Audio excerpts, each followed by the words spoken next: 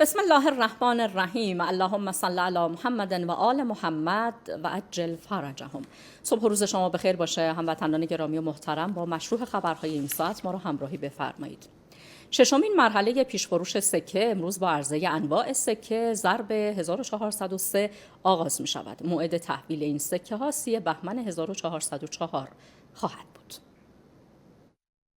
عزیزانی که قصد خرید سکه از طریق پیشفروش رو دارند، روزهای شنبه 24 آبان ماه و یکشنبه 25 آبان ماه این امکان براشون فراهم است که واریز وجهش رو انجام بدن.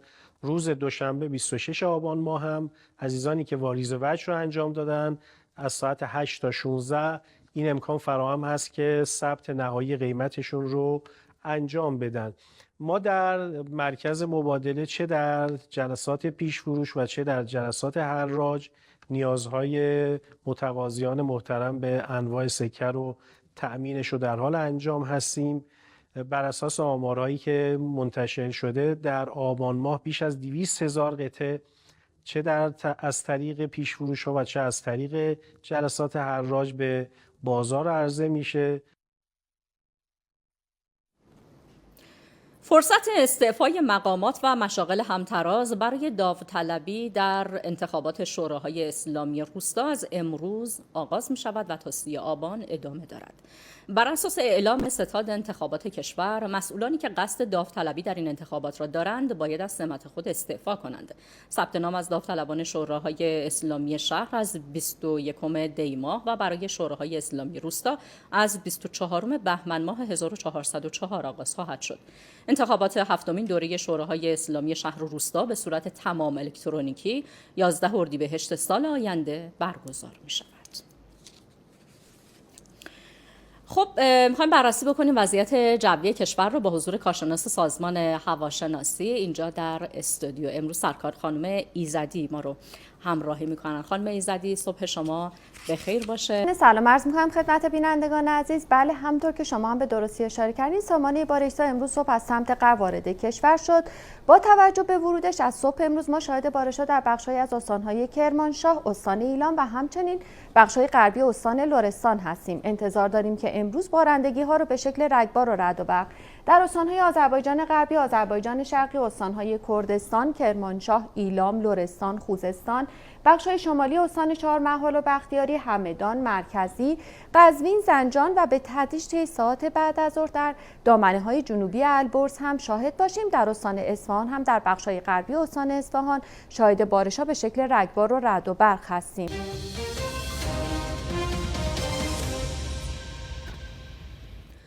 سخنگوی دبیرکل سازمان ملل گفت بارش شدید باران و سرمای هوا در نوار غزه شرایط انسانی بسیار سختی برای آوارگان فلسطینی رقم زده است. استفان دوجاری که با اشاره به اینکه اقلام سرپناه مورد نیاز فوری فلسطینیان همچنان در اردن، مصر و سرزمین‌های اشغالی گیر افتاده و منتظر تایید برای ورود به غزه هستند، فاش کرد رژیم صهیونیستی از زمان آغاز آتش بس 23 درخواست سازمان ملل را برای ورود نزدیک به 4,000 مورد از اقلام ضروری از جمله چادر به نوار غزه رد کرده است. دفتر اطلاع رسانی دولت فلسطین در غزه هم هشدار داد شرایط ناشی از بارندگی و سرمای هوا در غزه اوضاع وخیم نزدیک به 1.5 میلیون آواره فلسطینی را تشدید کرده است. رژیم صهیونیستی در ادامه نقض آتش‌بس در لبنان اطراف شهرک ایترون در نبطیه واقع در جنوب لبنان را هدف تیراندازی قرار داد. سخنگوی دبیرکل سازمان ملل گفت حضور صهیونیست‌ها در خاک لبنان نقض قطعنامه 1701 شورای امنیت و تعرض به حاکمیت لبنان و تمامیت ارضی این کشور است. استفان دوجاریک گفت بررسی انجام شده از سوی نیروی موقت سازمان ملل در لبنان یونیفل در ماه گذشته نشان داد دیواری که ارتش اسرائیل ساخته است از خط آبی مرز بالفعل عبور می‌کند. خط آبی خطی است که سازمان ملل متحد آن را ترسیم کرده و لبنان را از سرزمین‌های اشغالی و بلندی‌های جولان جدا می‌کند. اما خبر دیگر این که رسانه‌ها از حمله راکتی به دمشق پایتخت سوریه و زخمی شدن چند شهروند این کشور خبر دادند. خبرگزاری رسمی سوریه سانا به نقل از یک منبع نظامی گزارش داد عامل یا عاملان این حمله هنوز شناسایی نشدند. شورای امنیت سازمان ملل با تصویب قطعنامه تحریم‌ها علیه یمن را برای 1 سال دیگر تمدید کرد. قطعنامه پیشنهادی انگلیس با 13 رأی موافق و 2 رأی ممتنع چین و روسیه تصویب شد. بر اساس این قطعنامه تحریم‌ها که شامل اقدام‌های مالی و ممنوعیت سفر علیه افراد یمنی مشخص شده در چارچوب قطعنامه 2140 است. در این قطعنامه بدون اشاره به تجاوز یک جانبه آمریکا، انگلیس و رژیم صهیونیستی به یمن، حملات نیروهای مسلح این کشور از طریق مرزها و دریا را محکوم کرده و توقف فوری این حمله ها را خواستار شده است. نمایندگان روسیه و چین در شورای امنیت از پیشنویس این قطعنامه انتقاد کردند. و اما حمله مجدد آمریکا به یک شناور در دریای کارائیب با ادعای حمل مواد مخدر. همزمان روزنامه واشنگتن پست به نقل از منابع آگاه گزارش داد نیروهای آمریکایی در حال آماده شدن برای حمله احتمالی به ونزوئلا هستند. از سوی دیگر رئیس جمهور ونزوئلا از مردم آمریکا خواست برای جلوگیری از بروز فاجعه برای کل قاره آمریکا نقش آفرینی کنند. نیکولاس مادورو گفت اقدامات دیوانه کننده کسانی را که دستور بمباران، کشتار و جنگ افروزی در آمریکای جنوبی و کارائیب می‌دهند متوقف کنید. مادورو خطاب به مردم آمریکا گفت آیا افغانستان، ویتنام، لیبی یا غزه جدیدی در آمریکای جنوبی می‌خواهید؟ اینجا صلح و قانون بین الملل پیروز خواهد شد.